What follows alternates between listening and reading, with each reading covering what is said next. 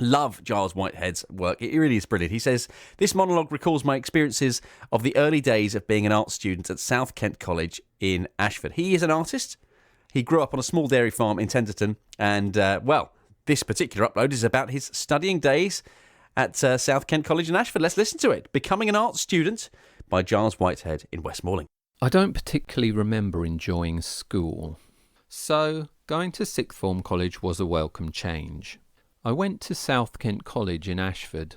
There I studied art history, photography and geology. Well, I was interested in rocks as well as art.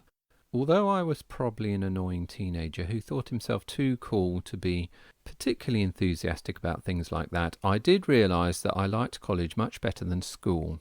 The head of art then was a colourful northerner called Tony, and he was the first really inspiring art teacher I'd had. And it was in his company I really started to understand the possibilities of art. No longer was art just observational drawing, but concepts, symbolism, abstraction, as well as form, space and colour, as Tony often reminded you of when your paintings weren't quite up to scratch. We had several art rooms, and they were always untidy. The art room is always filthy, always has been, always will be. I would say when people who didn't understand would tell you to tidy up. Students split into various clusters to claim spaces. These painting porter cabins were filled with tables, easels, drawers, jam jars, cups and canteen plates, coated with layers of paint. Now and then the canteen staff on a warpath would come and retrieve their cups, plates and cutlery. I didn't envy them with the washing up. In our art cabin we'd spend most of our time erecting unsightly artworks. Of course, we couldn't create in silence, and for our musical enjoyment, these strange and mangled tape machines found their way in from other parts of the college, begged or thieved from other departments. These machines would come and go, and so we saw many different eccentric models. One was just a huge speaker with a tape player on top, and another was so dilapidated that when you pressed the eject button, the whole front panel would fall off, revealing its inner circuit boards. The music we played would be based on out-weirding each other, with the obscure and the bizarre. Being art students, that was the way it had to be.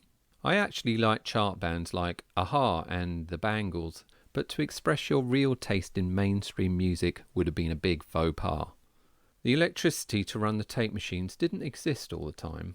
It would last for about 10 minutes and then go off. There was a timer system, and so we could only play music for short intervals. Until, that is, someone discovered the secret and jammed it on with a paintbrush. Noise was vital for working. It was in that cabin where I first developed my sense of colour. We had these huge tubes of acrylic paint that were kept in Tony's office. I remember there being a lot of orange, so I used orange, or whatever was left really. I remember this girl saying to me, "You're good, you are. You use up all the shit colours." Tony would come round the porter cabins to check on our progress.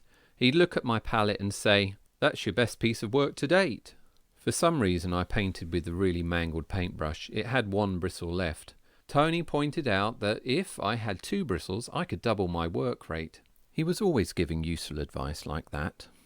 In actual fact, I was just scratching at the painting surface and creating textures with the paint, but it was more amusing the other way. Outside on the grass between the porter cabins there was always students playing football. Once I was designated the task of collecting a large order of drinks for everyone from the canteen. Unfortunately, the canteen lay on the other side of this football minefield. Of course, running the gauntlet on my return, laden with a tray of teas and coffees, a ball came hurtling across the grass, hitting me smack in the face and breaking my glasses. But somehow I managed to save all the drinks. I had a very quiet friend. He lived quite far away and had to catch several buses to get to college, and on a free you'd ask him to come down to the town, but he'd always say, "I've got to go to geography." And if you ever asked him a question, he would say, pass. He didn't give much away. At some point, however, he did let slip that he liked Huey Lewis and the News, the chart-topping group. He was soon to regret this admission, as another student got hold of a recording of Happy to Be Stuck With You and made some creative alterations. But teenagers can be very cruel. As part of the photography course, another friend and I would go out to Victoria Park or around the college campus, taking photographs. Then we'd go and ask Tony to open up the darkroom and process our films and print photographs under the red light. My friend had this scatterbrained way of working, but somehow her photos always came out beautifully focused, crisp and contrasty, whereas mine would always be grey, scratched, dusty, blurred and contrastless. It was a mystery to me. I always blamed other students for fogging the paper. In this way, with my grungy photographic records, the only way I remember our college was grey. All my memories have been fogged in that dark room. In an attempt to get more students interested in sculpture, Tony organised welding classes. It was on a different site, but only 3 of us showed up, so I got a lot of individual tuition. I went to these most weeks and I really enjoyed welding. The chap who took the class was used to the engineering students, and so artists were a bit of a novelty. I don't remember that much about the technicalities of welding, but I do remember him telling this story about how he'd been working with a corrosive chemical once, and going home on public transport, his trousers fell to pieces. I spent many months making steel sculptures. The technician would look at them and laugh. Phallic symbols, he said. They love it. Art students. I had no idea what he was talking about. So I take these strange sculptures home on my moped. Even on a good day, my moped didn't go very fast and had this habit of getting slower and slower as my journey back to Tenterden progressed.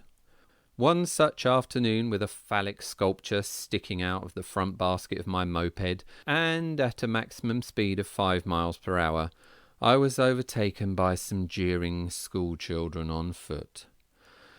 It's not a moment I wish to relive.